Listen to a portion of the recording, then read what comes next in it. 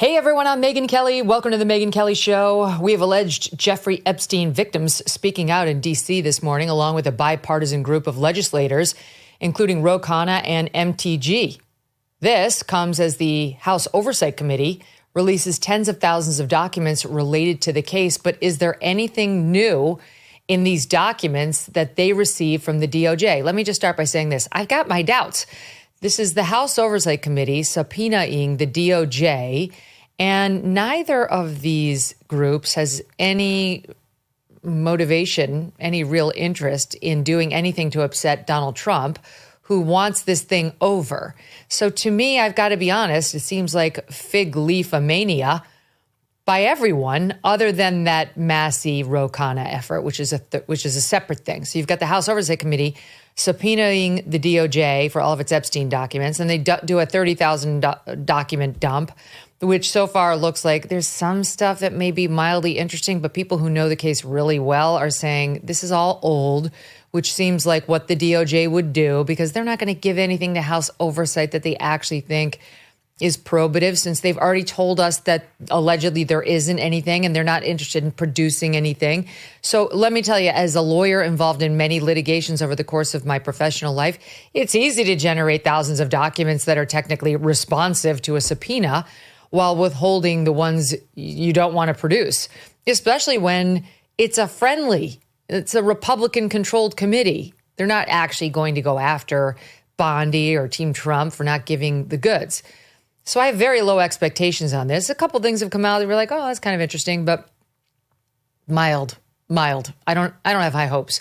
But then you got this separate effort by Massey, who has become a Trump antagonist, and Ro Khanna, who's a Dem, who are trying to actually get, real documents, and MTG, who she loves Trump, but she's not a sycophant. As you know, you saw her here. She'll criticize the administration, trying to actually speak with Epstein victims and what they're saying now this morning at a presser that Massey held. So that lane is kind of interesting to me, and we'll continue to watch both and bring you whatever news is coming, but just setting realistic expectations. All right, but we are going to begin today with a case from across the pond that shows just how dangerous the battle over free speech has become. And by the way, you do need to pay attention to what's happening in the UK, because it does affect Americans now, and I'll explain in a minute how. All right, over in the UK, comedy writer. I mean, this guy's like the god of comedy writers over there. He's written some of, if not their most popular comedy shows in the UK. His name is Graham Linehan, and he was arrested at Heathrow Airport, met by five armed officers. And as you may know, in the UK, most of the officers are not armed with firearms, but these guys were. Why? Because they had to take down this comedian who sent out 3 mean tweets. I am not kidding. 3 mean tweets got him arrested by 5 armed guards before he'd barely stepped onto British ground, getting off of the plane from America. I actually don't know his citizenship. I think he's a British citizen, but he was over here, and he had to go back there because he was already on trial for allegedly taking the phone of this tranny activist who was harassing women speaking up for their own rights. He allegedly took the phone. So he got criminally charged. The tranny didn't get charged with criminal harassment, just he did. And he had to go back over there to stand trial. When his plane landed, he got off the plane, he got arrested for 3 mean tweets. In the wake of his arrest, he was slapped with what he calls a legal gag order in the UK, a country where critics say sweeping speech laws punish everything from online jokes to private prayer. That gag order said he wasn't even allowed to speak about the charges slapped against him. Can you believe this? Now, he has a court date later this week, and after that court date, his first on-camera interview will be right here with the Megyn Kelly Show, and we look forward to bringing that to you exclusively. So I want to talk about this case, and then I want to talk about what's happening, not just in the UK, but in the European Union, because they've just passed this sweeping law that's going to affect all of our social media companies and all of us. Have you been noticing more and more when you're on your iPhone, you have to accept cookies or deny cookies? That's in large part due to what they're doing in the EU. What they do online with their sweeping anti-free speech laws will affect your life. So listen up, because as goes the life of, the Graham Linnemans in the world, so goes your life potentially. And we need to, Linehan, need to pay attention. All right, joining me now to talk more about it is Greg Lukianoff. He's president and CEO of FIRE, the Foundation for Individual Rights and Expression. He's also the co-author of the new book, War on Words, 10 Arguments Against Free Speech and Why They Fail. Don't miss a moment. Subscribe to this show on YouTube and follow me on Insta, Facebook, and X. Who's really on your side when it comes to your health? Insurance companies? Bureaucrats? Pharmacies that refuse valid prescriptions? Not a chance. Too many parts of our healthcare system are working against you, blocking proven treatments, jacking up prices, and making you jump through hoops. This is why I want to tell you about All Family Pharmacy, an independent pharmacy that's on your side, fighting for your medical freedom, making it simple to get the treatments you trust without the insurance runaround. Just order online. A licensed doctor will review your request, and your medication will ship straight to your door. It's fast, it's simple, and it's secure. Right now, ivermectin, and mebendazole are 25% off, starting at just $2 a capsule, and you can save another 10% with code Megyn10. Choose from over 200 medications: antibiotics, hydroxychloroquine, NAD+, antivirals, and more, all with a prescription included. So go to allfamilypharmacy.com/Megyn and use the code Megyn10 to save today. That's All Family Pharmacy, where your health and your choice matters. Greg, welcome back. Great to have you. Great to see you again, Megyn. This is getting crazy. I realize there's no First Amendment in the UK, but, we're kind of them. We've got like a toe still that connects us very much to them. We're all supposed to be part of the modern West and have shared values. And literally all Graham did was send out 3 tweets. I'm going to tell you what they are. You probably already know, but we'll bring this audience up to speed, that just got him arrested for offensive speech in the UK. 1, April 19th, showed a picture of a trans rights rally and captioned it, "A photo you can smell." 2, April 19th, in a reply to the picture and a follow-up, he writes, "I hate them, misogynists and homophobes. F them." And number 3, on April 20th, he writes, "If a trans-identified male is in a female-only space, he is committing a violent, abusive act. Make a scene, call the cops, and if all else fails, punch him in the balls." That's it. And this in the UK can get you arrested with 5 armed guards, and God only knows what the potential punishment will be if Graham does not prevail in this case. Your thoughts on it all, Greg? Well, I think I'm going to say something that might surprise you. Actually, it's good that they arrested him because it's making people aware of how insane the law has gotten in the UK, and honestly, the rest of the so-called free world at this point. America at this point is truly alone in protecting free speech as passionately as we do, and thank goodness we have the First Amendment, because of course the unfree world is a nightmare. They've been using AI in Iran and China to bring a whole new level of dystopia, but in the European Union, in the UK, in Canada, in Australia, the situation for free speech is getting more and more desperate. I mean, just to put this in perspective, about 2,000 people were arrested per year in the first Red Scare, which was 1919 and 1920. 12,000 people approximately have been arrested this year in the UK alone, and they're half our population at the time of the Red Scare. So we're talking about a genuine free speech crisis that when you go to Britain still, and my mom's British, so this was literally very, very close to home. They used to laugh at us about our political correctness in the United States. But now they'll be like, right. Oh, well, yeah, it was rude. It's like, are you insane? And the funny thing is they're doing this to rout out fascism, in their own minds. It's kind of like, Yeah, they're dangerous. They're genuinely dangerous. Like, I'm not sure where this goes, how much more radical they can get. They're arresting people who are silently praying outside of abortion clinics.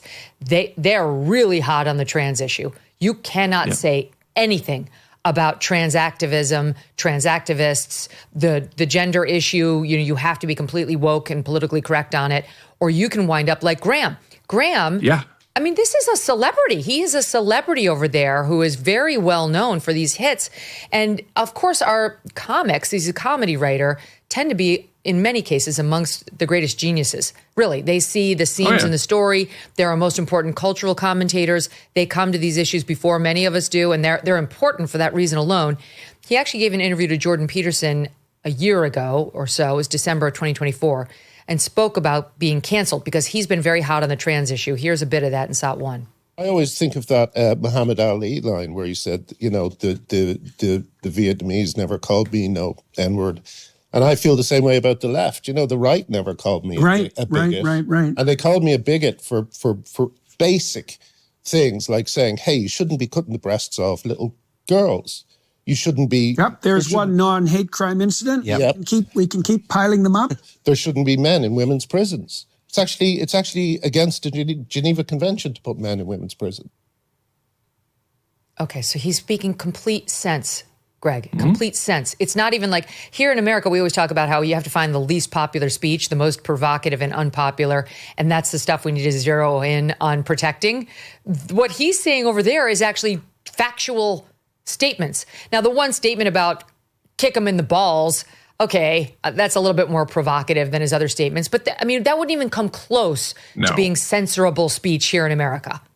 No, that's nowhere near the line when it comes to First Amendment. I mean, basically the argument is that it's incitement, and that's literally like when you're standing outside the mayor's office with a torch-wielding mob being like, let's go burn down the mayor's office. Like the idea of like theoretically in this circumstance, if there's a man in a woman's dressing room that you should, if all else fails, punch him in the balls, is rightfully protected in the United States. And this has been going on. I mean, the scale of this is just absolutely astounding.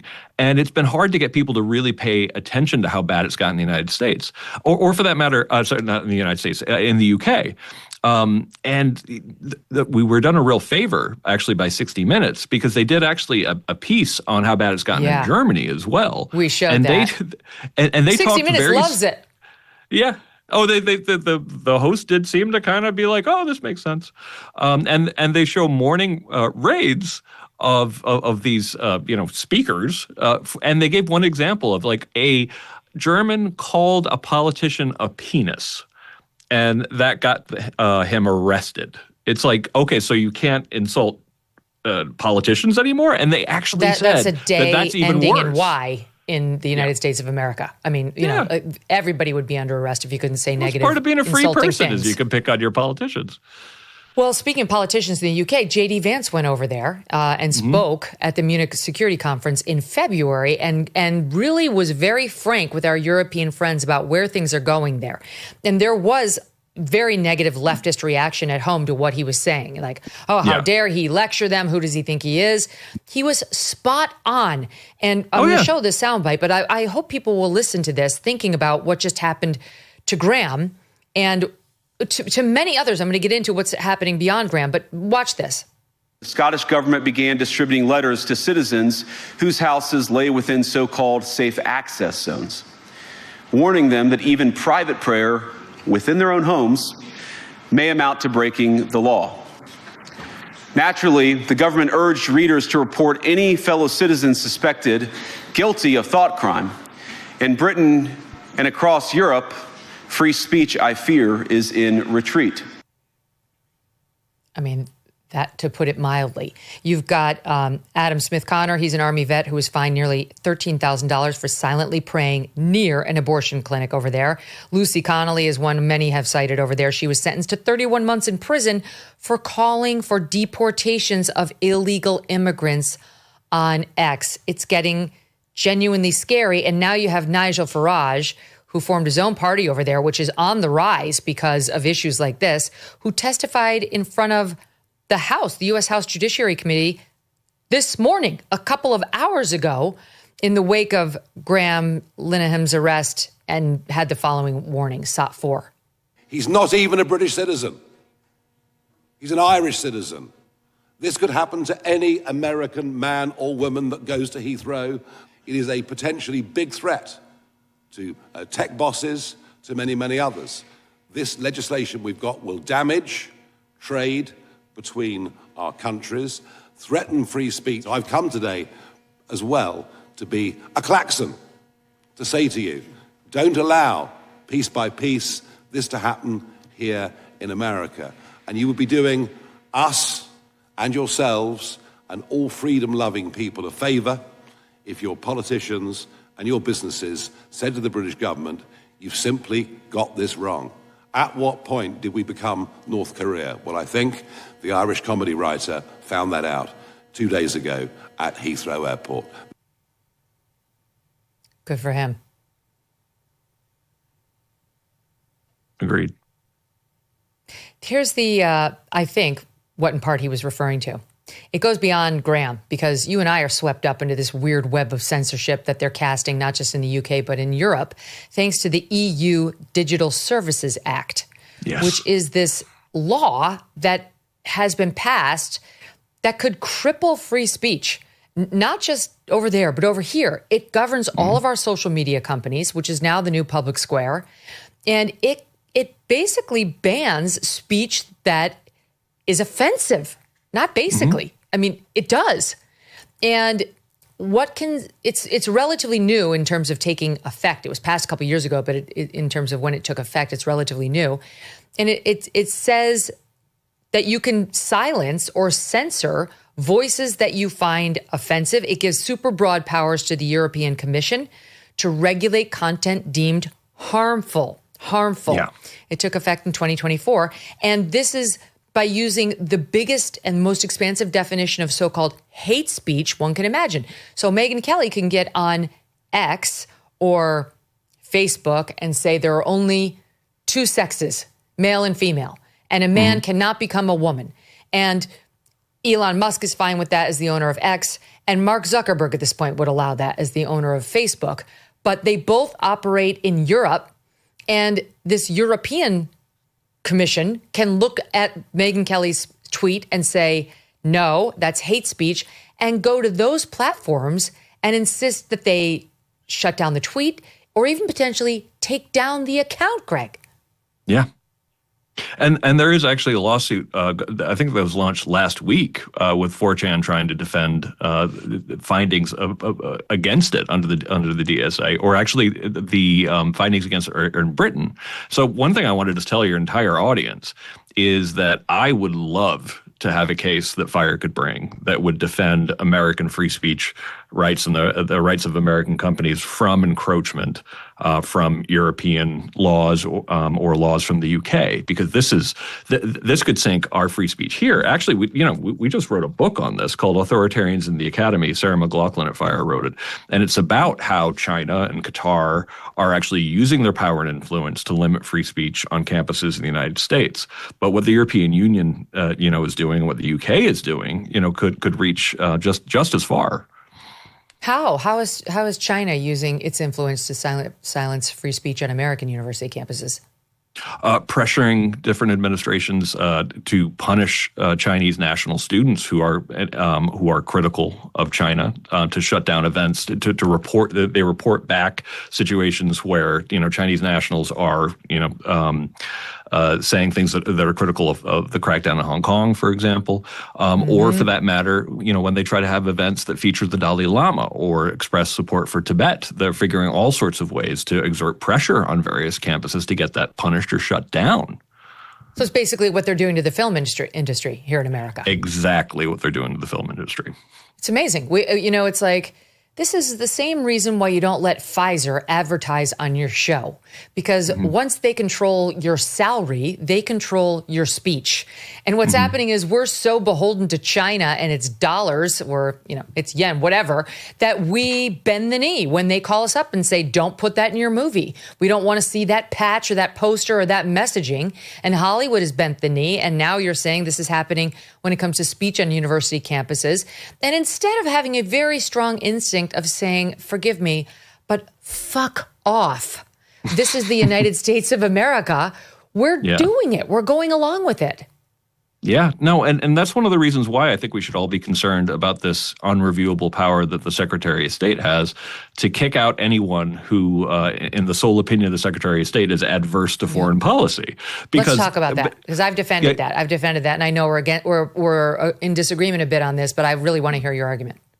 Well, let's take the Graham Linehan case. Graham Linehan, he said some anti-trans activist things, and you can imagine under a future AOC, administration, there would be people in her administration who's like, we should return this person to be prosecuted in the UK for his transphobic things that he said. And under the law as it currently stands, the Secretary of State under that administration could kick that person out of the country without any review whatsoever. It's the reason why Trump's own sister, when asked to review that portion of regulations that gives that power to Secretary of State, said it was unconstitutionally vague and broad. So, but I mean, I guess I don't totally understand the analogy, because Marco Rubio is looking at these Hamas-loving college campus students saying, when you say things like globalize the intifada, that is not consistent with the foreign policy of the United States, which recognizes Hamas as a terrorist group. And you're only here on a visitor's pass. And so it's like having somebody over for dinner. You came over, you got drunk, you barfed on my brand new living room carpet, so you're out. Your visitor's pass is revoked. Like, why is that not okay when they're just here as visitors? And he should be wary of visitors coming over here and antagonizing Americans and others with speech that goes against what we've stated as a policy that we support, which is keeping terrorists out and opposing terrorism. But when it comes, it's the exact same principle of the Graham Linehan case. Like, essentially, he came to the United States because he was afraid he was going to get arrested in the UK for his trans-critical speech. And future administrations are probably, going to say things like, "It is the policy of this administration that we support trans rights and." Well, that's a domestic policy. And don't oppose, you think foreign policy is something that's uniquely within the control of the executive branch? But once you actually have a policy that's as vague and broad as the one the Secretary of State has, its potential for abuse is ripe. And once again, like so much so that the one person who's reviewed it, Trump's own sister, thought it went too far. So I'm saying that this is not a power you want to hand off to anybody else. And when it comes to the way it's actually been used, I mean, even Joe Rogan noticed this case. The Rumeysa Ozturk case. This is she's a Muslim student. She was here on a student visa. She wrote an op-ed saying that Hush should divest from Israel. Something I disagree with, to be clear. But it wasn't crazy. It wasn't bomb throwing, and she was basically stuffed into a van by immigration people, like flown to Louisiana, and held more or less in jail for weeks until a judge said, no.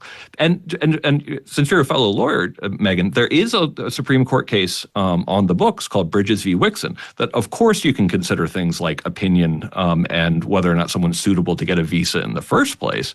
But once they're here, people who are here on a visa are supposed to have rights that are similar to ours under the First Amendment, under this 1945 case called Bridges v. Wixon. I guess I just think when it comes to foreign policy and you're in the midst of supporting an ally who themselves are in the midst of a war, it does seem like the Secretary of State should have some power to say yay or nay on these visas that have been granted. And if it's based on ideology, I guess I'm fine with that. I see it as a much bigger deal if you go after an American citizen. If an American citizen tomorrow comes out and says, I support Hamas, I actually think Hamas is right, Israel sucks, that's fair game. You can say that, even if it's a terrorist organization. Marco Rubio cannot throw you out. He cannot do anything to you. It's just you're on much shakier ground when you really don't have a right to be here in the first place. Well, I think of Jordan Peterson, who came to the U.S. partially because of his horrible treatment on this very same issue, by the way, in Canada. And the idea that we could just kick him out at any time, even though he's on a visa, because of speech that any other American could actually say, doesn't sit well with your civil libertarian. Again, it's only with respect to foreign policy speech that goes against the foreign policy of the administration. So it's not some blanket, you can throw anybody out for any speech they make. It's a limited provision, and it isn't clear whether it's going to be upheld. I mean, it's been challenged. It's working its way through the system on whether that permission slip to the Secretary of State is consistent with our First Amendment, and a lawyer smarter than yours truly will ultimately have to say on that, specifically 9 of them sitting in black robes, though I take it back because not each one of them is smarter than yours truly. a couple of them definitely are, though. Okay, well, I'm horrified by this Graham case. I can't wait to talk to him about it, and I'm still kind of shocked that it's even happening.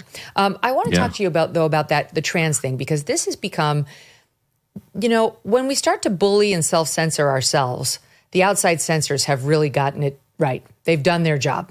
They've really won. And there was an extraordinary admission by Malcolm Gladwell, famed author. He's written so many great books. He's been on this show before. I like Malcolm. He definitely struck me as a bit woke when he came on the show in 2022. And I'm not. And one of the things I hate about the woke is how censorious they are.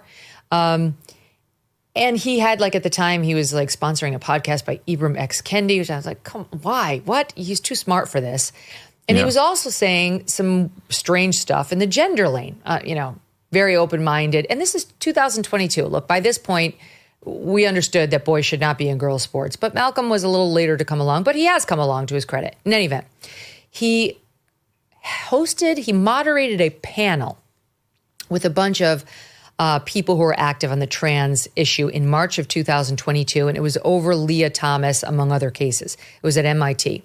And the people who were on his panel included Russ Tucker, and our audience may remember Russ Tucker. He hosts this sports podcast, The Real Science of Sport, and he came on to talk to us about Megyn Kelly over the summer of 2024, and was very fact-based, real no-nonsense, and laid it all out that, Megyn Kelly likely has male testicles and undescended and all the stuff. This guy knows what he's talking about. He's a fact-based guy. Then there's Joanna Harper, who's more of a trans activist. Joanna's been on this program as well. And then a third panelist. So Malcolm moderates the panel. And here's a moment that happened on the panel. This is Joanna Harper in SOT 7C. I would say that if we let trans women compete in women's sport, then we have to let them win. Not win disproportionately, but win, at least some of the time. Okay. So Joanna's saying we have to let trans athletes win. We must. If they're going to participate in the women's sports, we have to let them win. And now Malcolm was there, and he just gave an interview to Ross Tucker, that same guy I just mentioned, and he talks about that moment with the benefit of hindsight in SOT 7B.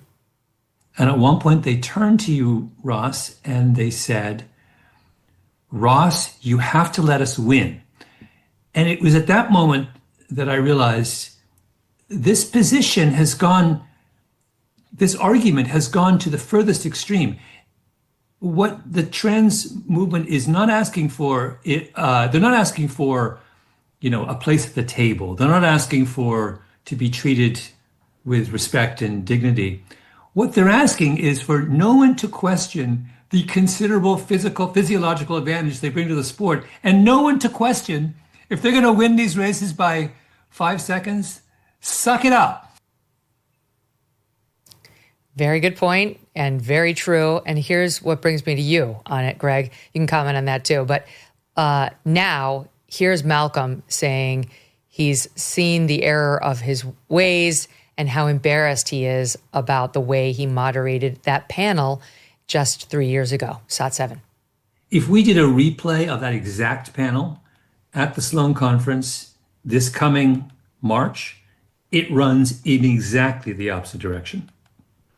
And it would be, I suspect, near unanimity in the room that trans athletes have no place in the female category. I don't think there's any question. I just think it was a strange.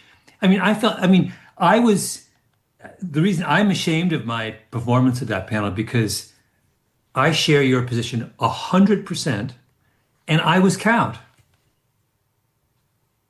I was cowed. An extraordinary admission. Good for him for making it. Glad he's no longer feeling that way.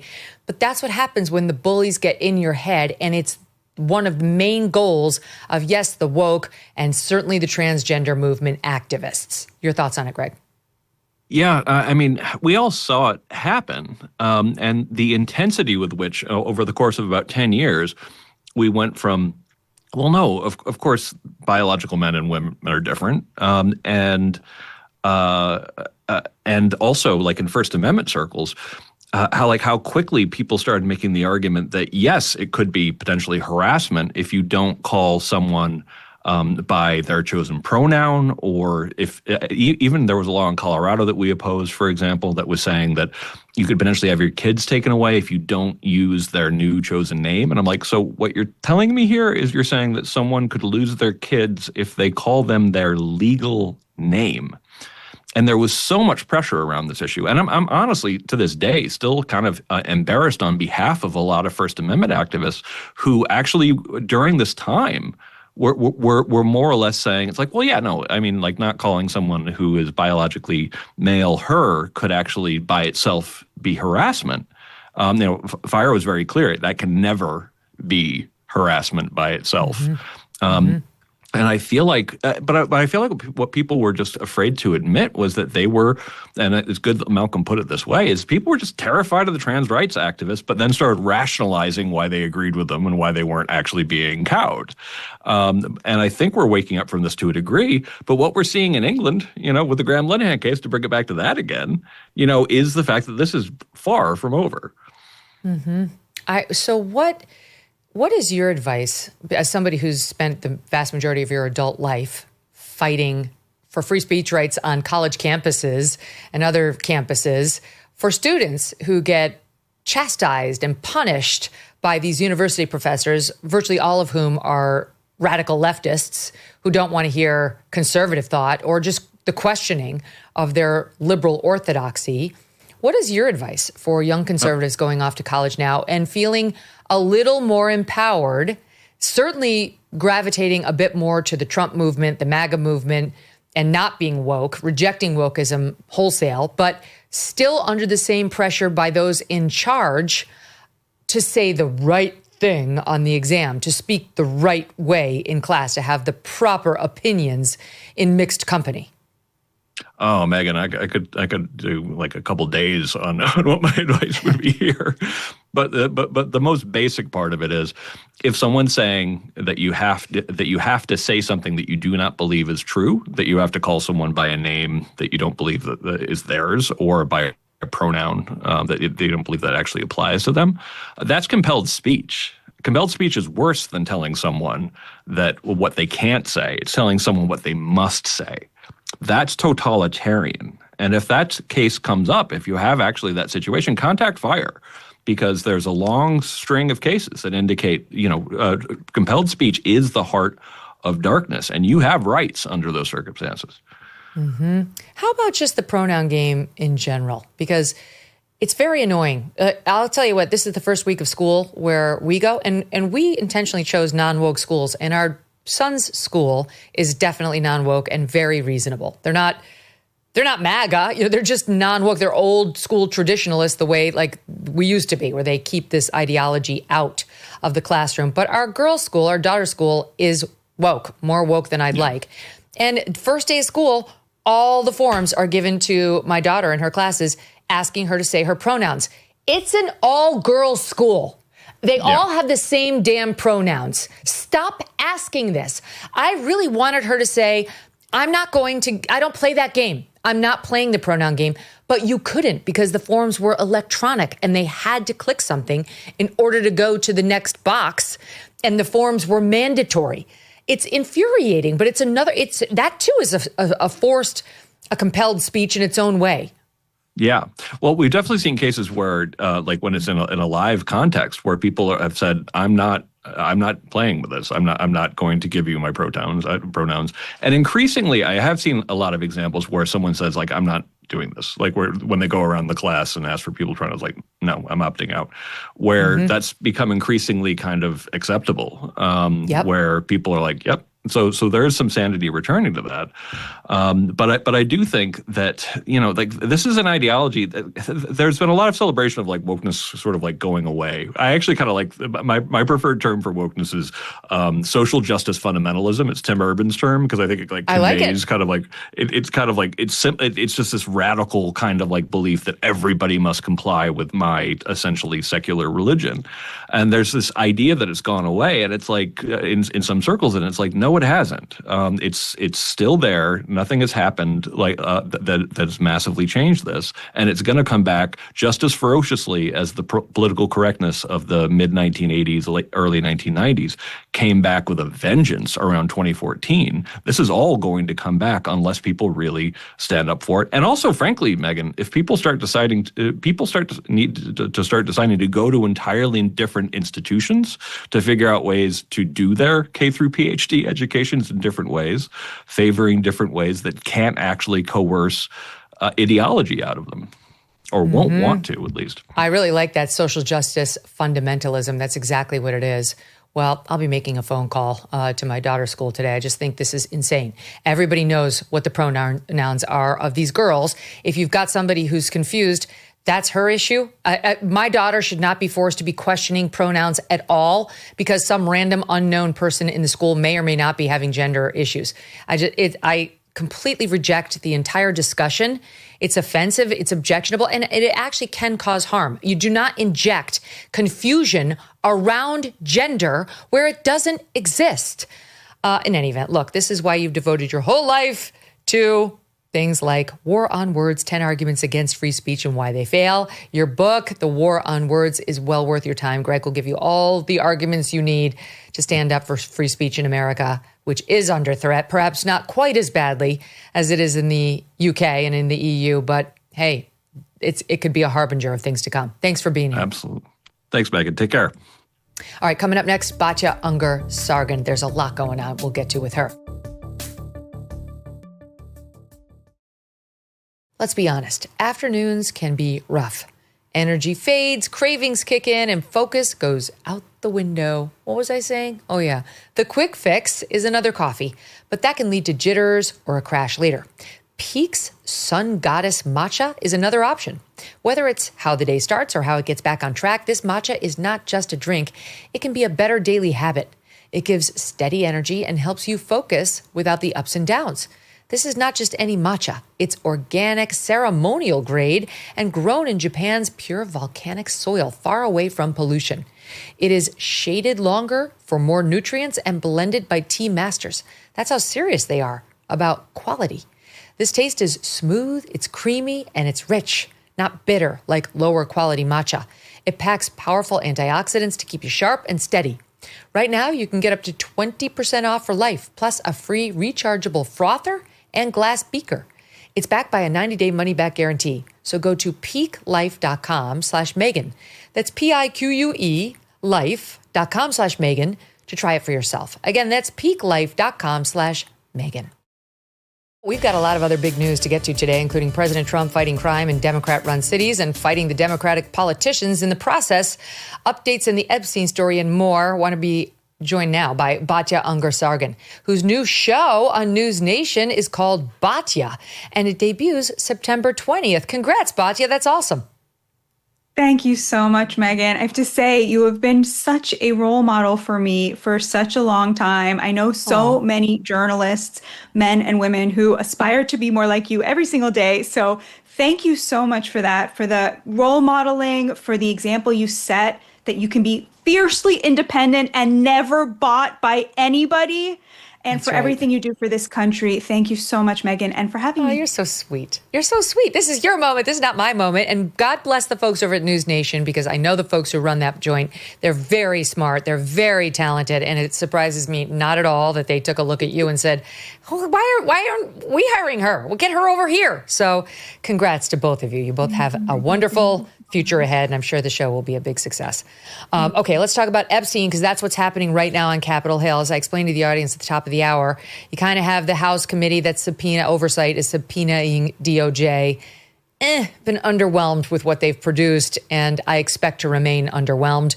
But then you have the Massey-Ro Khanna tandem pairing, where they're kind of going around everybody. They are trying to go through Congress to mandate that virtually all documents, real documents, be released.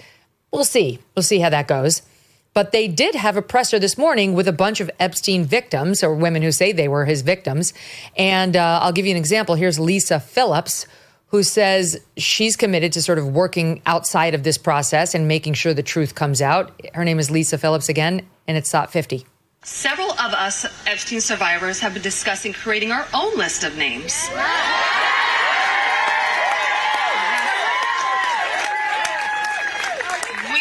The names.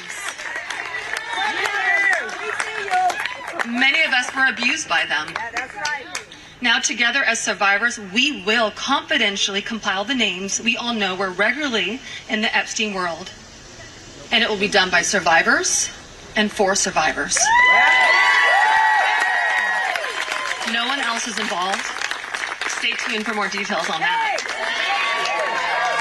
Because history is watching, and so are the women who will come after us. That's right. Thank you. Okay, so I say good for them. This is like the actual men who are in Epstein's circle. This is their worst nightmare, because not all of them are pedophiles. Some of them just knew Epstein. I mean, I think Trump is in that category. I think Alan Dershowitz is in that category. Eventually, Steve Bannon was kind of in that category, because he was advising Epstein to some extent after he, got in trouble. I don't think these people did anything wrong morally, in terms of the girls. But, if the list is now up to the survivors of who was in his orbit a lot, because the real officials won't tell us the names of those who have been actually accused of bad actions, I'm not surprised the women are taking control of the situation. And I think this is going to be an even worse outcome for men who are potentially innocent of wrongdoing. But your thoughts on it? It's very interesting, because one of the journalists asked them, well, can you give us a preview of some of the names on the list?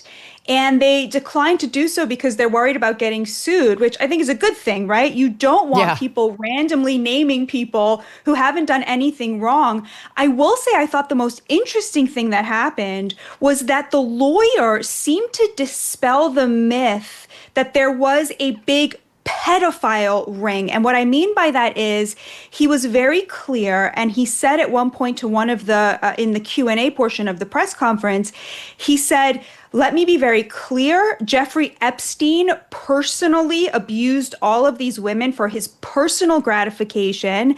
And then, and here's the key point, Megyn, he said, when they reached a certain age, he then did farm some of them out to some of his friends, which to me, I don't know if you agree with me, but it does seem to suggest that he was interested in them when they were underage.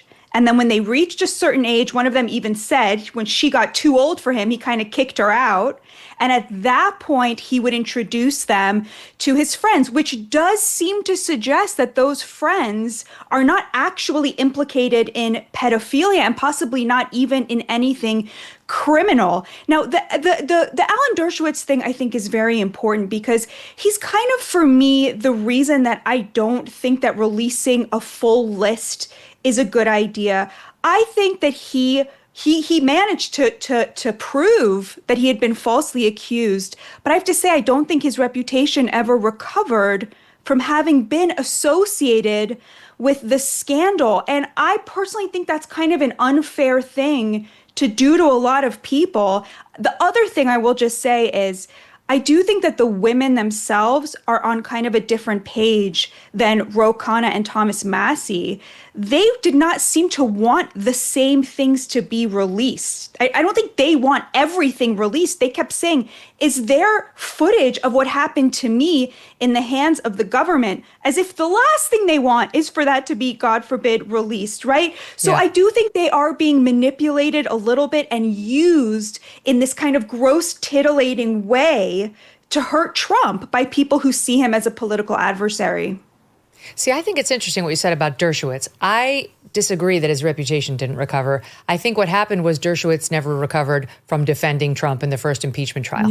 That's what, quote, ruined his reputation. Not that you use that word, but with the left. They looked at him very differently after that. They couldn't forgive him. His stories of being ignored and, ostracized in Martha's Vineyard go on. That's really what did it. It wasn't the Epstein thing. I think the left used that as an excuse to say, oh, it's that. I'm moral. I just have an objection. They didn't care about Epstein. The left couldn't give two shits about Epstein until Trump, and recently, they saw it was like an Achilles heel potentially for Trump. So I don't think that these men will have trouble rehabilitating themselves. They will have to work for it, though. And the irony of what you said, though, is Alan Dershowitz does think that the name should be released. And he thinks men should have to defend themselves, same as he had to. He's like, you know what? It shouldn't be that hard. If you didn't do anything, it should be very easy to say, this is bullshit. I never went to the island, or I went to the island and I never met with any women or girls or what have you. And the final point I was going to make on Epstein is, I've told the audience this before. I do know somebody who's very close to the Epstein case, and this person's never misled me. Everything they've told me has been true, as far as I can tell. And this person has been saying from the beginning that this person doesn't view Epstein as a pedophile, but that he was into the, quote, barely legal type. That, I don't know if that's true. I think if Epstein could have an interlude with a 14-year-old, he would have done it, and he probably did do it, and that is a pedophile. It's not the same as a 6-year-old. I accept that there's a distinction, between those two. Morally, it's not. I'm not justifying one, just to be clear. But I think that's probably right, because I think if you looked 14 or were 14, he would probably spend time with you. But if you looked 24 or were 24, he was over you. So anyway, the whole case is very complicated, and I'm interested in hearing these women's stories, as I have been in every woman's Me Too story, to see whether it's true, what it tells us about power, what it tells us about women, and all of it. And I think more sunlight, more sunlight. Trump feels differently. Here's what he said. SOT 54. So this is a Democrat hoax that never ends. It reminds me a little of the Kennedy situation. We gave him everything over and over again, more and more and more, and nobody's ever satisfied. From what I understand, I could check, but from what I understand, thousands of pages of documents have been given. But it's really a Democrat hoax, because they're trying to get people to talk about something that's totally irrelevant to the success that we've had as a nation since I've been president. Even if you look at D.C. right now. Thoughts on that one? I gotta say, Megyn, I think we may not agree on this, but I just think Trump knows his base better than anybody. And when he keeps saying this is a hoax, he's not trying to convince them to drop something he thinks will hurt him. I think he feels like no one cares about this. They care about really important things like kitchen table issues, what he's doing to get the country back on track, why inflation is not going down faster. Like, people have real concerns, and they don't hold him personally responsible for this. I keep having totally normie people ask me why do I keep hearing about this Epstein thing? Like, they don't quite understand why it's such a big topic. So I'm kind of with the president on this. I don't think you get very far betting against Trump's understanding of where the average American is at on an issue. And I think he's really clocked it that this is something that really preoccupies kind of elites on both sides. But average Americans, I think, just don't care that much about Jeffrey Epstein. What do you think? Well, I don't think it's elites on the right who are interested in Epstein. I think it's the Dan Bongino's not an elite. Now he's, part of government. But when he was talking about this on his show, it wasn't because he had some privileged position, that he was going to exploit. To the contrary, it's been people like Cash, like Dan, podcasters on the right who have been saying, what the hell? We smell a rat. We think that these people in power protect their own, and we're not being given the straight story. And we want the straight story because we do believe that powerful elites get away with this shit when the rest of us don't, like nobody else would. And that we have a right to know what these elites were doing and why they're covering for each other. Because everybody within Epstein's circle was pretty much well off, connected, or rich, you know, in one way, shape, or form. So I just don't see this as an elites issue. Not this one. I have interest in this case from a legal standpoint. And I also think Trump's very first instinct, it'd be one thing if after, you know, all these months, Trump was like, get over it. We've done some releases. I'm sick of talking about this shit.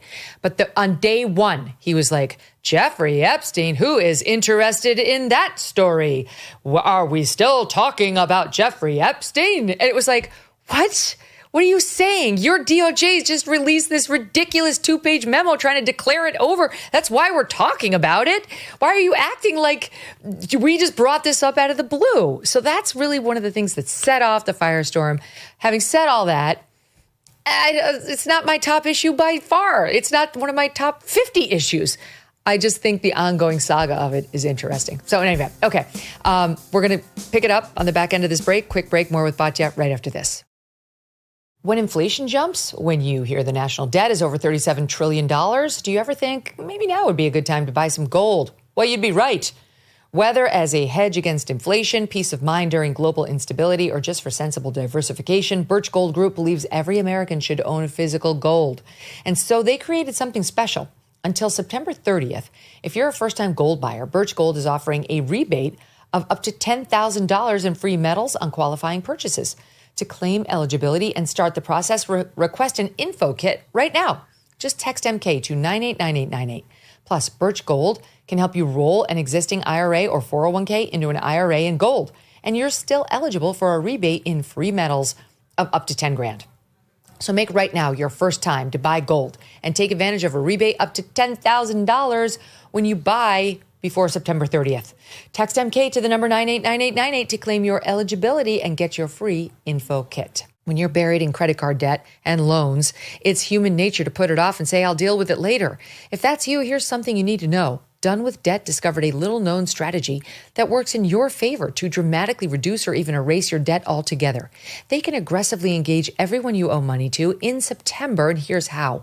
They know which lenders and credit card companies are doing year-end accounting and need to cut deals. So consider getting started with Done with Debt now in September.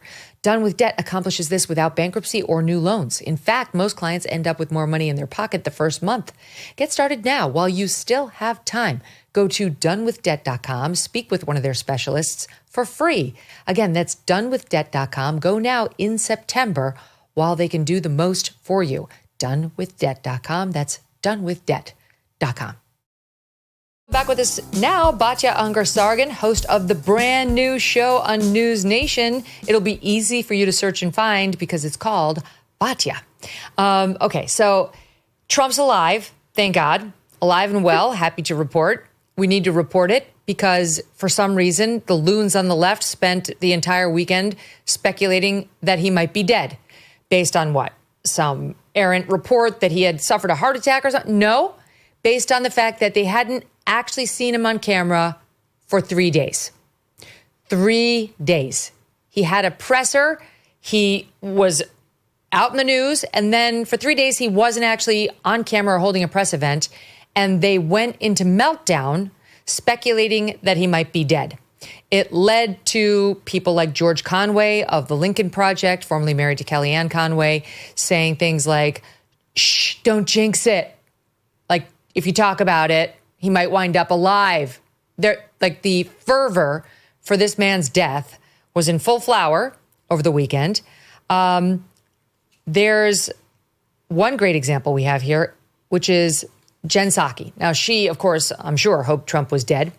And she was one of the chief cover-uppers for Joe Biden's mental infirmity. She worked for Joe Biden for the first half of his presidency and said nothing about the fact that the auto pen was really president. And now she wants to be the authority on Trump's possible health problems. his status as an alive or a dead president, something she really should keep quiet about, given that she covered for Joe Biden. And here's what she said after Trump, miraculously resurfaced playing golf, very much alive. Here she is in SOT 26. We went from Trump saying he hadn't heard about the rumors of his death to Trump saying he did hear about them from reports. Really can't make this stuff up sometimes. And look, we may never know why Donald Trump suddenly spent a week hiding entirely from the American public. But you don't actually need baseless online conspiracies to explain why he might not want to show his face in public right now. A newly released Wall Street Journal poll finds that the percentage of Americans who think they have a good chance of improving their standard of living has fallen to just 25%. Okay. Batya, the man had a presser last Tuesday. He was seen on Sunday golfing. She's very, very upset that she had to go, I guess, Wednesday through Saturday. So, 4 days. Not seeing. We may never know. We may never know why he spent a week hiding. The nerve. It's so insane because think of what they're telling on themselves. That Trump is so active, so efficient, so accomplished, so constantly working for the American people in the public eye that if you go for 12 hours without seeing him, he might be dead, right? Like, just think about what that means for what they are actually admitting. They're just telling on themselves. Of course, the real reason they wish he was dead is because they cannot compete against him. And the reason they can't compete against him is that despite the fact that the left portrays Donald Trump as some sort of 21st century George Wallace, what he actually is a 21st century FDR. He stole all of the best parts of their agenda. He's anti-war, he's pro-worker, and he's socially moderate.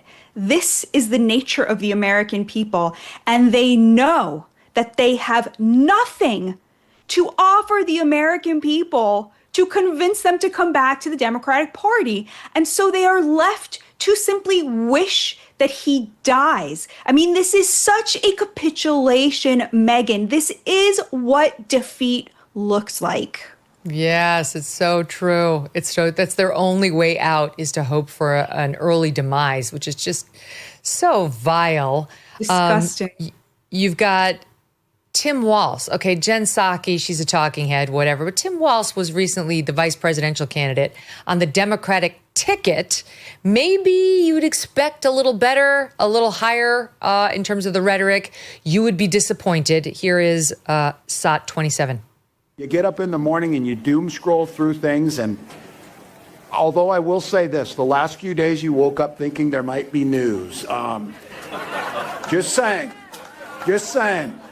There will be news sometime, just so you know, there will be news. Look at him. So chipper. Don't worry, there will be news. In other words, Trump will die. Something to look forward to. The absolute nerve, especially with a president who was subjected to at least 2 assassination attempts and just dodged death in recent history, to the great relief of every sane person in the nation. Now to be openly, talking about what a delicious day it's going to be, it's totally irresponsible. I mean, it's godless is what it is. It is truly, truly godless. And I remember the first time somebody, an over-credentialed leftist elite, said to me, no, I wish that the shooter had succeeded. Mm-hmm. And I was just in disbelief. What has Donald Trump ever done to you? I mean, talk about the American dream. Jen Psaki says Americans don't believe they have access to the American dream. That's thanks to Democrat policy. Amen. Like NAFTA, like shipping 5 million really good middle-class jobs overseas to build up China's middle class for some reason.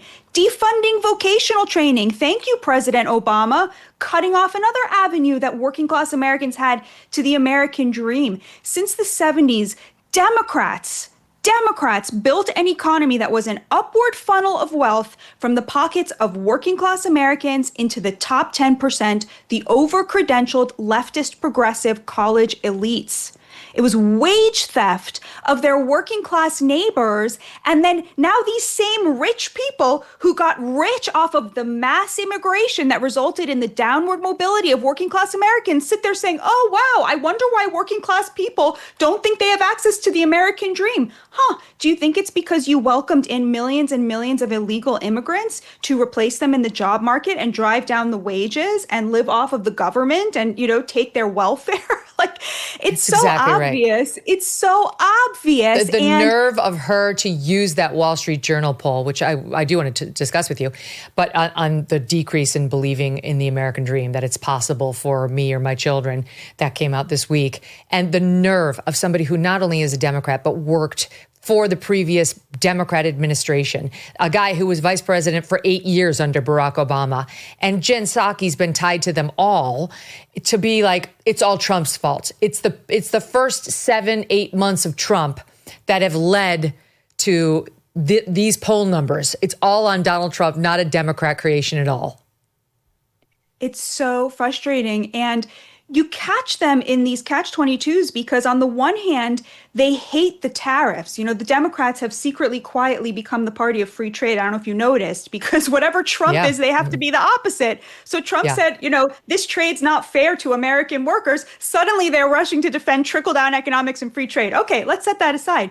So they hate the tariffs like all rich people, which is who the Democrats' base is now, hate tariffs, right? They want free trade. They want cheap stuff. But then they'll say, but Trump, everything he does is for the rich and for the elites. If that's true, why do the rich and the elites hate him? If that's true, why did, for every billionaire who backed Trump, Kamala Harris get 2? Why did 95% of donations to politics coming out of the top 3 management consulting firms go to Kamala Harris and not Donald Trump?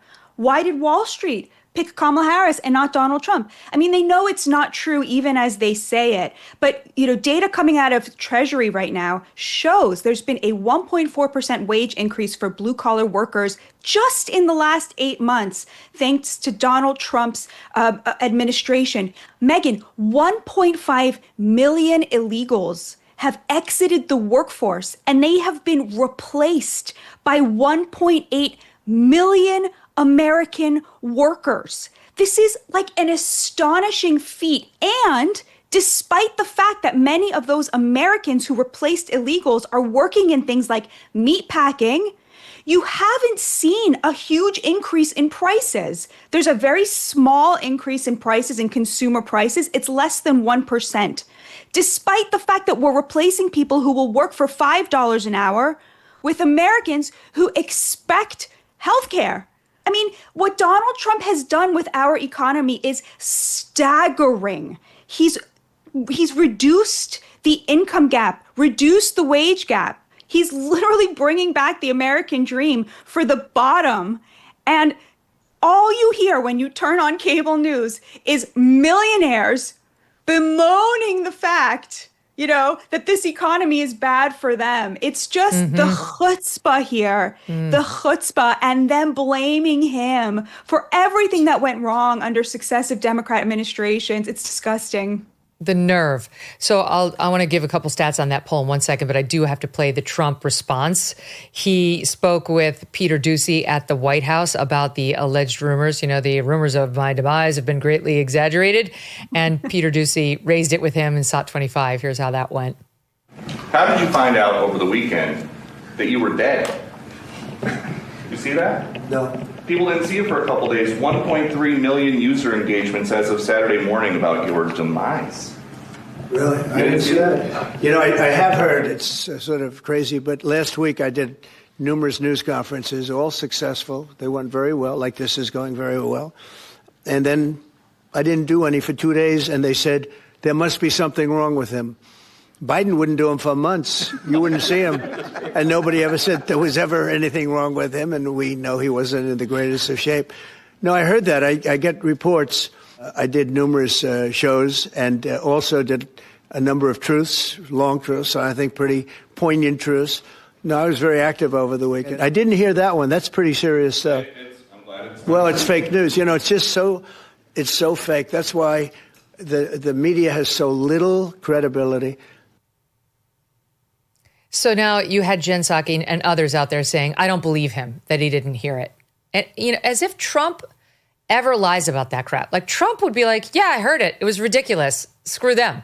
He said, I heard reports that I wasn't doing well. Allegedly, I wasn't doing too well. Meanwhile, it was the other guy who wasn't doing well. I sent out all these truths, great truths, true truths.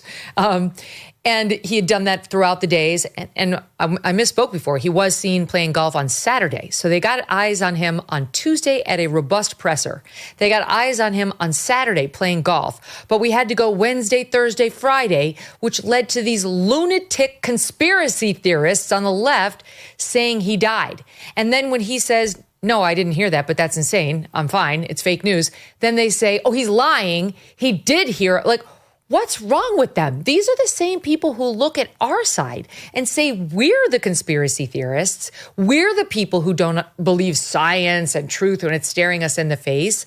It's like, I know people have called them out for Russiagate and these other conspiracies, but truly, they cannot see the truth when it's before their eyes if it has anything to do with Donald Trump. Yeah, they're completely blinded by this. And they think we're still in 2016, which actually is one of the president's superpowers. They think they still matter, and they don't matter, Megyn. I mean, you matter. They don't matter, but they haven't realized it yet. And so they're sitting there thinking that they're controlling the narrative. And when Trump just looks at them and is like, what are you even talking about? And makes a mockery of it. It's so powerful. I mean, when you think about the extent to which he is operating on so many levels, whether it's domestic policy, the economy, immigration, foreign policy, navigating these conflicts, bringing, an end to these conflicts, to wars, but also, navigating India, navigating China, navigating Russia, Ukraine, and to have the media. The Smithsonian. And they're literally, if you watch channels like CNN, they take the opposite side, literally will root for our enemies. I was watching the other day, I forget which liberal channel, and they were trying to talk up China's military during the parade and say that China's military is stronger than ours. They were like, well, we don't have that and we don't have that. Are you freaking kidding me? Is that what it has come to? You are literally rooting for China's military? Because you know that Trump is fighting China. It's so absurd. And thank God it's 2025 and the American people can see it for what it is. 100%, which is going to bring me in 1 second, by the way, it was CNN, to the blowing up of the drug cartel boat, which was amazing, and suddenly has leftists supporting drug cartel boats full of drugs on their way to the United States. But before we get to that, this Wall Street Journal poll is right up your alley. The headline was, Americans lose faith that hard work leads to economic gains. It's a rather large survey, 1,500 plus adults, done in July, mid-July.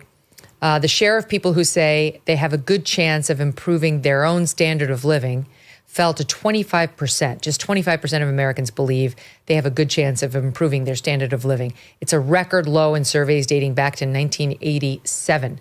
42% say they strongly or somewhat disagree that they can improve it. More than 3/4 of those polled say they lack confidence that life for the next generation will be better than their own life. I mean, that's amazing. 78%, nearly 80% of Americans do not feel confident that life for our children's generation will be better than it was for us. That is just depressing. And then 70% of Americans believe that the American dream, that if you work hard, you will get ahead, no longer holds true or never did. The highest level in nearly 15 years of surveys. My God, Batya, this is just so dark. I do think a lot of it comes down to home ownership and what you talked about in terms of middle class jobs. And I think AI, too, is potentially in there because you hear about it a lot, how AI is going to be stealing all the jobs and our children aren't going to be able to find work at all, thanks to rampant AI that has no master reeling it in. But what are your thoughts on these numbers? So I think for a long time, we saw the American dream become basically a privilege for the college educated. The working class was really cut out of it thanks to Democratic policies. What we're seeing now is a lot of these over-credentialed college elites who would have 10 years ago been assured of making it into the top 10%, but now because of AI are struggling because of a lot of the entry-level white-collar jobs are being destroyed by AI. True. And these people are unbelievably resentful. A lot of them have college debt. They were told they were very special. And at university and college, they were taught to have contempt for people who don't have a college degree. And now they come out of college and are being forced to work in industries that don't require that degree. And so they're very resentful. This is the Mamdani base. This is what's fueling the rise of socialism. Because in their view, you know, the ideal situation would be that you have illegal immigrants doing all of the actual work, everybody else living on some sort of welfare and subsidized housing, you know, and then they can just kind of become podcasters, right? Like that's their, you know, fantasy of the way that the economy works. Heaven forbid. Think that labor exactly is beneath them. It's really about, you know, it's a hatred of America, but also a hatred of labor. They've been taught to have immense contempt for work that requires labor.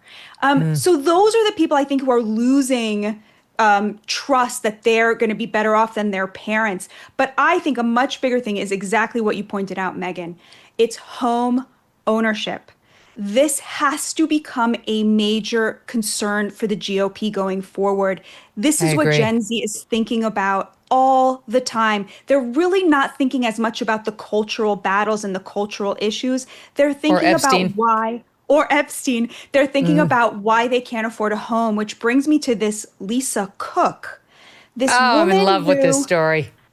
Lied, as you've been covering it so well, on her mortgage applications, bought 3 homes, said each was her primary residence. Okay, a lot of people do kind of fudge that exact point in mortgage applications, but what makes it utterly unforgivable in this case is that she is sitting on the board of the organization that is preventing young people from being able to afford a home because they are insisting at the Fed at keeping interest rates high. So while this woman gathered for herself, acquired home after home after home with a little bit of, you know, trickery in her paperwork, she sits there and says, but not you. I'll have 3 homes and you will have none. And that is what makes this the epitome of the Democratic Party, Megyn. I always say the Democratic Party is kind of like a plane. And the base are in first class. They're rich, okay? They're the top 10%. You know, we know that 65%, 70% of Americans who make over $500,000 a year now are Democrats, okay? This is just like 9 of the 10 richest counties in America are Democrats. They're in first class, okay? And they're basically saying to the rest of the country, we'll pay for your tickets. You can sit and coach, you know, smush together like sardines right in the back. You can ride for free. You know, we'll give you welfare. We'll give you a housing voucher. We'll give you SNAP benefits. But don't you dare think that you can touch that little screen and come and sit in first class or have anything to say about where this plane is going. Or use our bathroom. We will decide all of that for you. That is the Democratic Party, and it is so epitomized by this Lisa Cook. Oh my God. There was actually a great piece of tape that we had. I wasn't sure if we'd get to it today, but might as well play it. But this reporter, he used to work for the New York Times. This guy actually went and tracked down one of her many houses.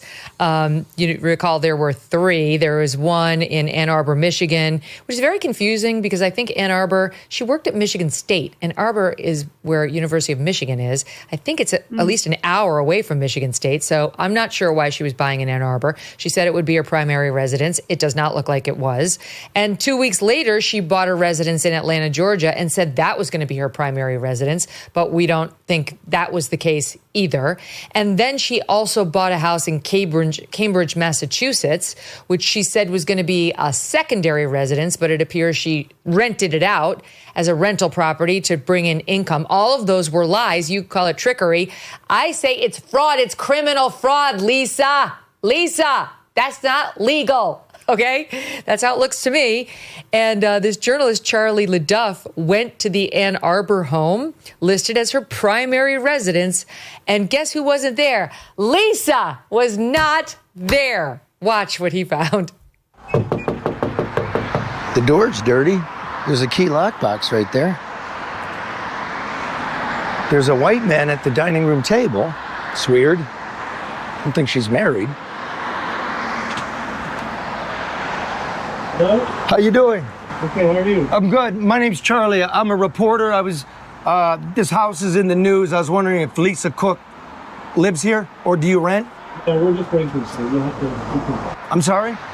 We're just renting. We'll have to talk to the owner. Okay, you just live in here? Yeah. Okay, just renting? No comment. I'm sorry? No comment. We'll have to talk to the owner. Okay, the owner, would you have Talk a to the contact number? Oh. So the person inside, before he realizes, says, quote, "We're just renting. Talk to the owner," then says no comment. Oh, my dear. In any event, he didn't do anything wrong, but she appears to have. So, I mean, and by the way, Bill Pulte, God bless Bill Pulte, he's the Federal Housing Authority guy who keeps finding all these cases, from Tish James to Adam Schiff to now Lisa Cook, is holding a presser tomorrow morning at 10. So on the show tomorrow, we will have everything covered for you. We will bring you all the latest on Lisa Cook and the others. And possibly there's a new person. We have no idea why he's holding a presser, but we'll find out. But yeah, amazing that it doesn't even appear it's a secondary residence. The thing she said was her primary. It appears it's a rental property like her place in Cambridge, which she said was a secondary. And you're right, as she sits there. And by the way, why did she feel the need to commit mortgage fraud if that's what she did? Because the interest rates are too high. Because she didn't think she wanted to pay or could pay, right? The high interest rates, those are too high. I've got to game the system. Then she gets in a position where she could do something about it, and she pulls up the ladder behind her. Like, F all of you. Like you say, I'm in a first class cabin. Don't touch my bathroom. So right, Megyn. I hadn't even thought about that. She's my favorite character in the news right now, by far. Okay, well, let's go back to the left being turned against. We don't like children with cancer, and we won't applaud them at the State of the Union. We don't like criminals being arrested and locked up, so we will oppose federal troops in L.A. and Washington, D.C. and elsewhere. And we don't like crackdowns on Tren de Aragua terrorist groups, drug cartel terrorist groups bringing drugs into the United States, which are a poison that is killing our young people. It's the number one killer of young Americans. Fentanyl, 100,000 plus dead the year before last, and almost that last year, and keep going back several years. It's taking out millions of our young people. So Trump actually did something about it and declared these drug cartels terrorist organizations, which changes the abilities that he has to deal with them as they try to bring that poison into the United States of America. Yesterday, during the presser that he held, he called attention to the fact that he dropped a bomb on one of these drug boats he says was bringing these drugs into the United States. And here is the video. Okay, so for listening audience, you see the boat, you see some people on the boat. It's got 3 engines on the back. It's plowing through the waters. It's kind of a rough ride. Yours truly would be wearing my life jacket and have a life preserver around me in the moment because I'm not a good boater, specifically when it's wavy. As it would turn out, my life jacket wouldn't do anything for me because I'd be blown up like these drug cartel members were. And I have zero sympathy for them, none whatsoever. And yet the left, I mean, they're upset. Okay, we're already hearing like, what did he think he was doing? Why did he do it? Let me find it. I'm going to get you some examples. Here's the guy from Human Rights Watch, the annoying group that keeps scoring all of our corporations, and if they're not woke, they get a bad grade from Human Rights Watch. Trump admits he ordered a summary execution, the crime of murder. Drug traffickers are not combatants who can be shot on sight. They are criminal suspects who must be arrested and prosecuted. Here's the former Latin America advisor to Bernie Sanders. Why didn't we just track and interdict the vessel in U.S. waters, arrest the crew, and seize the drugs, as the U.S. Coast Guard routinely does?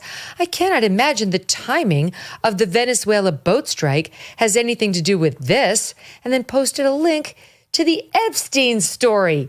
What an idiot.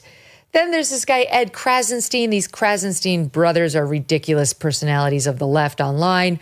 All I can say is that I hope Trump is using actual evidence that these are actual drug traffickers and gang members in Venezuela, unlike what he did with the 280 plus immigrants whom he sent to CCOP prison for being gang members without any legitimate evidence in many cases.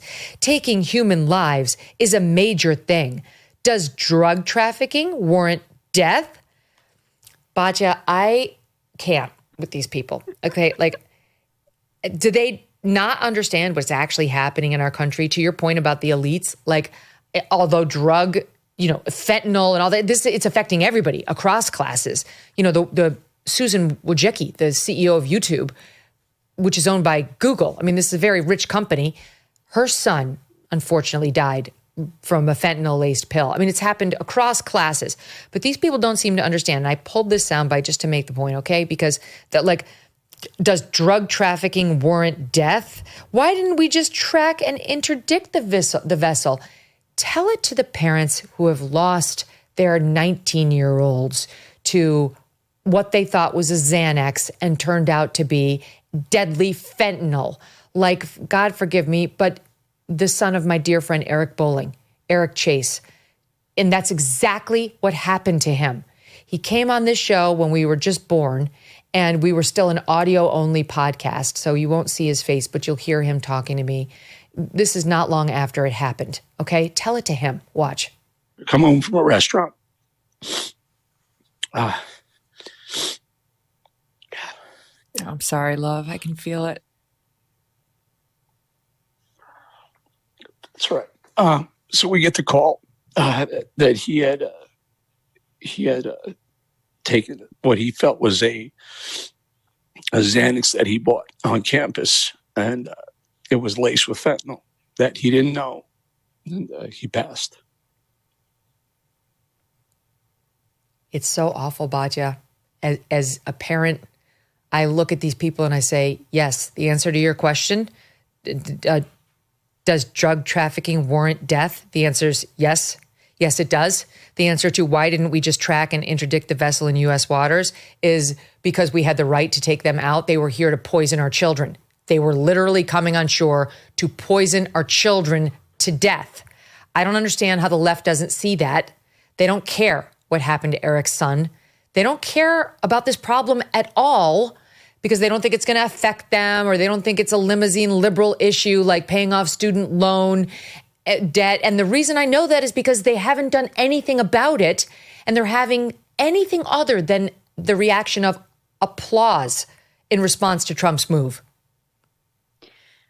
Watching that boat blow up, I felt the way I feel when the same European leaders who mocked Donald Trump and mocked the United States and laughed at us come to the White House now on bended knee and beg him for things.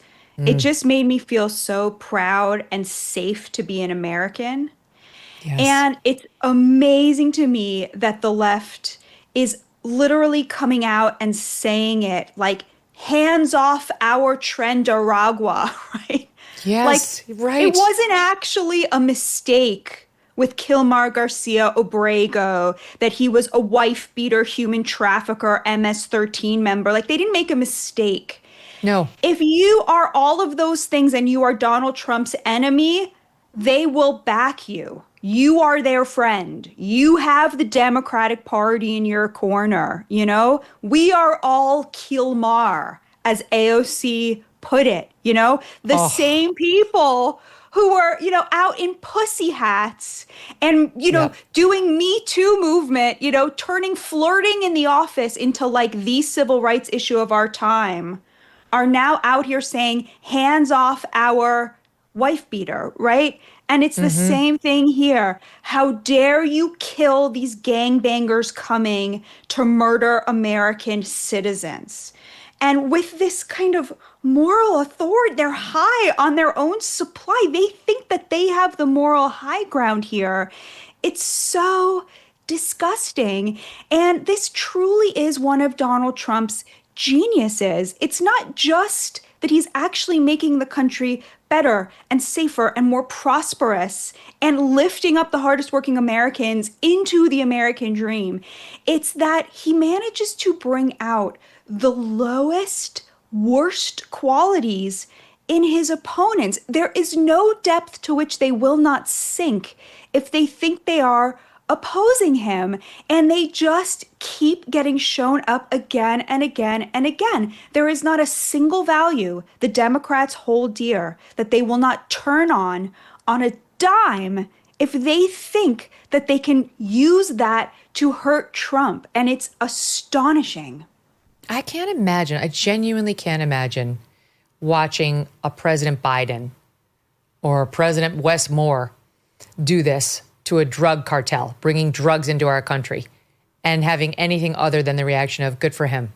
Good for him. There are certain things where you don't get partisan. You just say, you know what, that's a defense of our borders and our children. And it's about time. We've been ceding this battle for far too long. And he's done everything he possibly can to crack down on these people. From the tariffs, which even the New York Times admitted were changing the way these drug labs were popping up all over Mexico, because he said to Claudia Sheinbaum, you will crack down on these fentanyl labs or your tariffs will go up. And guess what she started doing? Cracking down on the fentanyl labs. So they started to evaporate, so much so that the New York Times had to acknowledge it. He's closed the border, which makes it a lot harder. It's not that they're giving up. They're now trying to do the East Coast and the West Coast and in from Canada and so on, but he's fighting them everywhere. And now he's doing this, not because that one boat had all the drugs and all the fentanyl, there's just endless supplies of it, but to send a message, deterrence. Here he is explaining it. It's 28A. On the boat, you had massive amounts of drugs. We have tapes of them speaking. It was massive amounts of drugs coming into our country to kill a lot of people. And everybody fully understands that. In fact, you see it. You see the bags of drugs all over the boat. And they were hit, obviously. They won't be doing it again. And I think a lot of other people won't be doing it again when they watch that tape. They're going to say, let's not do this. We have to protect our country, and we're going to. Venezuela's been a very bad actor. They've been, as you know, they've been sending millions of people into our country, many of them Tren de Aragua, some of the worst gangs, some of the worst people anywhere in the world in terms of gangs. And we had some in Washington, D.C. We took care of them very quickly, but they're out of here. They've gone. But Venezuela's been very bad, both in terms of drugs and sending some of the worst criminals anywhere in the world into our country. Can I just say something, Bati, that jumped out at me in that soundbite?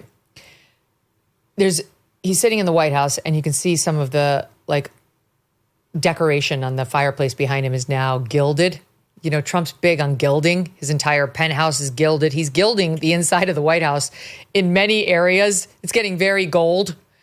And okay, it's not my personal taste for the White House. I don't care. It's the left can't stand this. But to me, his need to gild the White House is born of his need to clean up Washington, D.C., and born of his need to close the border and to bomb the drug cartel. It's all part of the same package.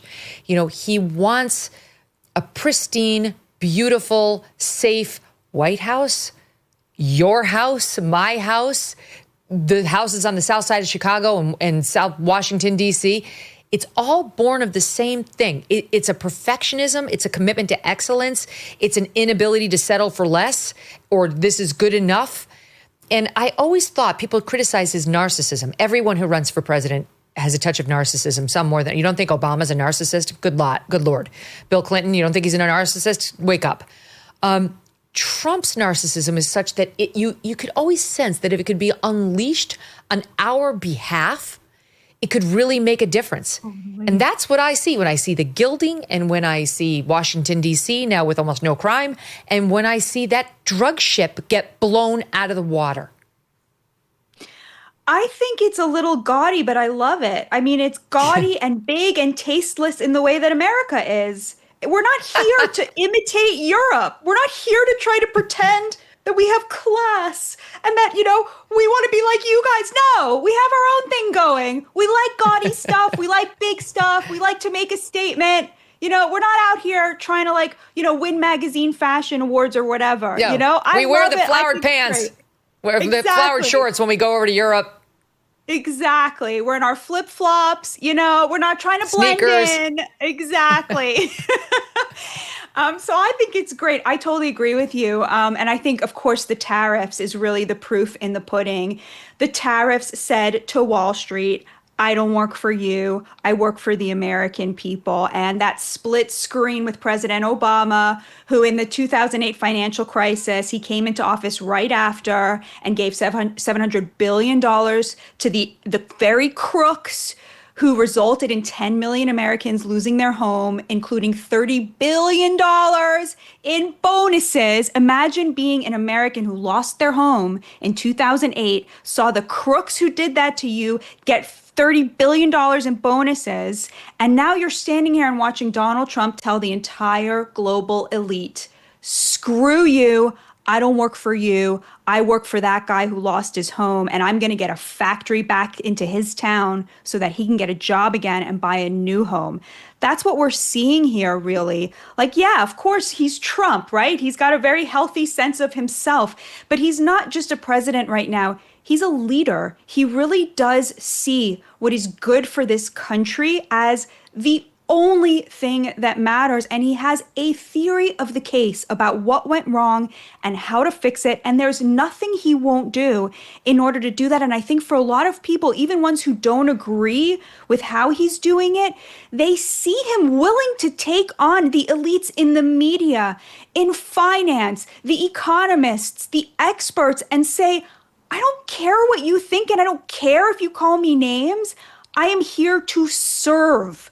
And that idea of service is just so totally foreign to the left. There's this real kind of theater kid mentality to everything that's going on there. Even in the attempts to fight Trump from Newsom and Pritzker and whatever, again, it's like, hands off our crime, right? They just want the press conference. They don't actually have any policy to offer the American people to make their lives better. Hands off our crime, right? Exactly. We're watching this happen with Pritzker in Illinois, where Trump is saber-rattling about sending troops next, saying, quote, it's going to happen. That'll be interesting. I mean, it's going to be a legal battle because he's very limited in what he can do outside of Washington, D.C. He got away with sending them to L.A., sort of. He just got his hand slapped by a judge. The judge said you can leave the troops there, but they're more limited in what they can do. You can't use American troops for law enforcement. And so the judge found you did use them for some law enforcement, so you can't do that. But you can leave them there, and you can do all the things that you said on paper you were going to use them for, which is more in a supportive role of the ICE officers who you sent. So it was kind of a split the baby ruling for Trump out there. But you can't just send them into random cities in support of just fighting crime. Like that, you really can't do without the invitation of a governor. So we're heading for an uncomfortable showdown with Governor Pritzker in Illinois. And here's what Governor Pritzker is saying about it in SOT 17. Hi, everyone. Governor J.B. Pritzker here. I'm here in Little Village, a beautiful part of the city. Was able to just walk down the street and say hello to some of the small business owners and the patrons in those small businesses. Just a lovely day here. No emergency, so Donald Trump understands no emergency in the city of Chicago to send troops in. But I know people are very afraid because ICE officials, ICE officers are planning to come here to Little Village. And I just want people to know that we're doing everything we can in the state and in the city to keep you safe. We'll make sure and protect your rights, but you need to know your rights and make sure that you understand that the ICE officials don't have a right to knock down doors and to take people away, but make sure you stay safe, all right? We're thinking of you and doing everything we can to protect you. Okay. Chicago's a big city. He's clearly not in the worst area because over Labor Day weekend alone, 58 people were shot in 37 incidents around the city, including 8 homicides. So we've got 58 people who were shot, 8 of them dead, from 6 p.m. Friday to noon on Monday. So it's not all unicorns and rainbows, as the governor would have you believe. He doesn't want Trump's help. And Trump is kind of saying, well, you're getting it. It's coming. Here he is in SOT 20A. Both of these sound bites were from Tuesday. Well, we're going in. I didn't say when. We're going in. When you lose, look, I have an obligation. This isn't a political thing. I have an obligation. When we lose, when 20 people are killed over the last 2.5 weeks and 75 are shot with bullets. So let me tell you a little story about a place called D.C., District of Columbia, right here where we are. It's now a safe zone. We have no crime.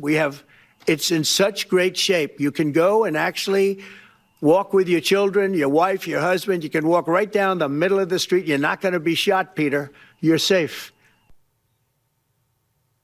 Okay, so we can't have Trump going in without the invitation of this governor. I'm sorry, but we can't have it. He does not have the constitutional permission to do it. And I think, and I hope, I'm sorry for the people of Chicago, because I wish their governor would be better and ask for help. But I think Trump knows that. I think it was just a saber rattle, because here's what he just said on it today, 20C.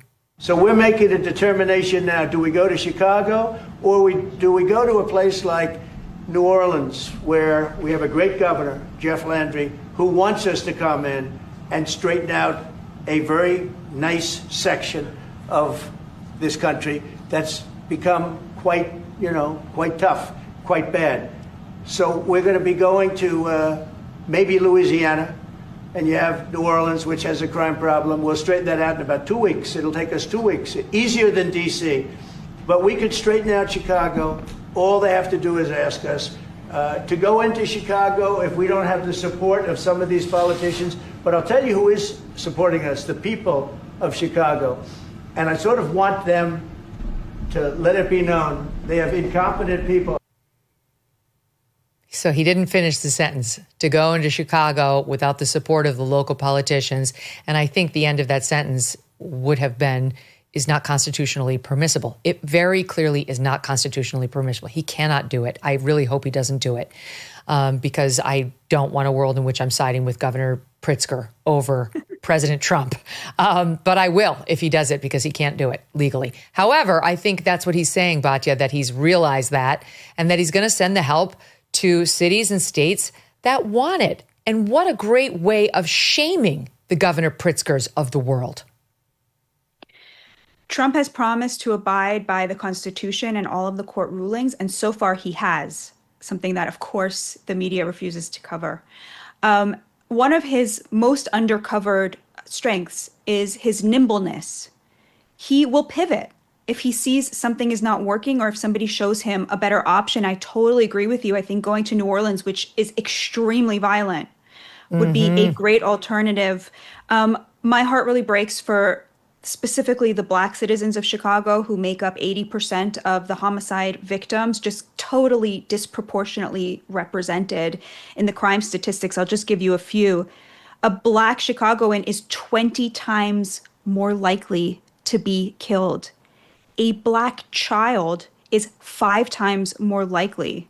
There's literally a crime apartheid in Chicago, driven by the false pieties and disgusting leaders like J.B. Pritzker and Mayor Brandon Johnson. It's appalling. And there's an incredible book called There Are No Children Here. It was written in the 90s about Cabrini Green and the public housing and how dangerous it was. In the opening chapter, it's about a child who just turned 8 years old and was given a bunch of change from his mother and his uncles and his grandmother.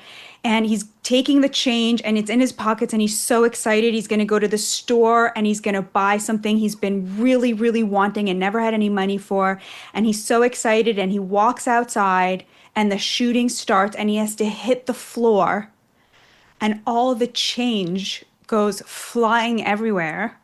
And he loses it all trying to save his life. And I was thinking about that scene when I saw footage from a soccer game in the south side of Chicago from over the weekend, where children had to drop to the grass because they were shooting at them. it's just nonsense what Pritzker is saying. The city is not safe for the most vulnerable residents. Safe for him. It is so unacceptable. Exactly. So you have rich white progressives from their gated communities. You know, this is just a reprisal of the defund the police, where the most safe and secure and privileged Americans are sentencing Black children to get shot at on the way to school. It is horrifying. And it is so amazing that Donald Trump wants to do something about this. He knows he got, 15% of the Black vote. He doesn't care. He feels responsible for every child in this country. It's truly amazing. There's no way if this were happening in Evanston, Illinois, just north of Chicago, they'd be putting up with this. Governor Pritzker puts up with it because he's banking on people not giving a damn that it's Blacks killing other Blacks or Hispanics killing other Hispanics. Here he is speaking to a local reporter, NBC5 Chicago, Marianne Ahern. Listen here, SOT 19. You're going to hear people, especially this past weekend, 54 shot, 7 dead. Yeah. They're going to say the city's not safe. Would you ask your friends to ride the L after midnight or after, 9 o'clock at night even to come down to the city from O'Hare? Look, big cities have crime. There's no doubt about it. But let's just pay attention to what President Trump is doing targeting Chicago. He's overlooking red states that have much higher crime rates. Trump, he just dodges. He doesn't care. He takes no responsibility for his state. Unfortunately, I have to leave it there because I'm out of time. But Batya, well said on all points today. You're especially good. You're always good. You're gearing up for your big show, and I can't wait to hear more on it. Looking forward to seeing you over there, my friend. God bless you, Megyn. Thank you for everything. You too, girlfriend. See you soon. Okay, and we're back tomorrow with our friend Glenn Greenwald. Looking forward to that as well.